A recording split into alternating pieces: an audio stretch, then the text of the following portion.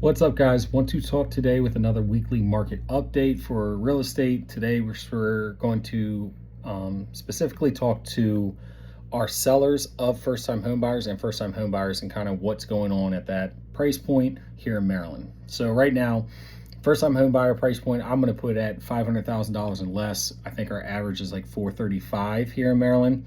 So people are wondering, hey, I've done everything to prepare my home for the market. I've done updates, I've upgraded, I've repaired. We are presenting it right. We have professional photography and all that stuff.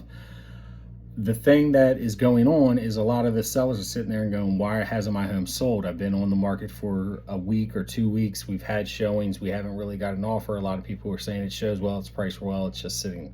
So for those buyers, especially in that first-time home buyer range, what's happening is 40% of our buyer pool is typically first-time home buyers. In today's market, we are sitting at 21%. So almost half of that buyer pool right there has left the market or is not buying right now. Now, people are saying that it is the mortgage rates because they're fluctuating so much. Realistically, it's home affordability. So that average income for these first-time home buyers are typically around $75,000, and in order to realistically buy a $435,000, $400,000, $500,000 home is just not realistic to them within their budget without stretching it, especially if they have other debt in terms of car payments, student loans, stuff like that.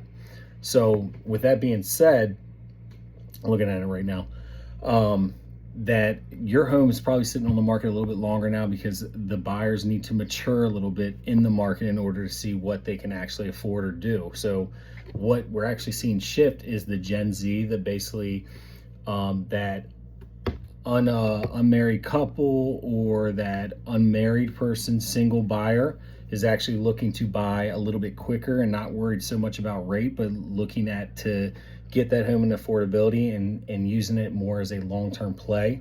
Or they have bought their first home, they built some equity, and now they are shopping for that second home. So the payments, because of the equity they built, are a little bit manageable or more manageable in order to buy that buy up home or step up home. So if you are selling your house right now and you are, let's say, sub 500,000, don't be alarmed too much regarding your current market, or I would even say micro market. It's very sensitive to that as well, but do not think that your home or there's something wrong with your home. Obviously, it could be position, it could be motivation of the buyers in that area. It also could be your motivation and your timeline and what works best. From an analytical standpoint, you need to look at those numbers and see what makes most sense for you.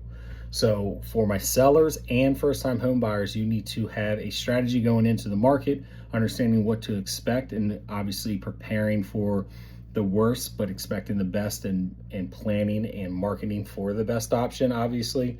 But as of right now, our buyer pool for first-time home buyers has been cut in half, and that is why we're seeing a little bit of a dip in terms of activity, the number of homes going under contract, because of affordability. So if you have any questions regarding your property, or you're thinking about selling, or if you're even thinking about buying as a first-time home buyer, reach out to me. I'd love to talk to you about your situation, see what we can work out and what plan actually makes sense for you. All right.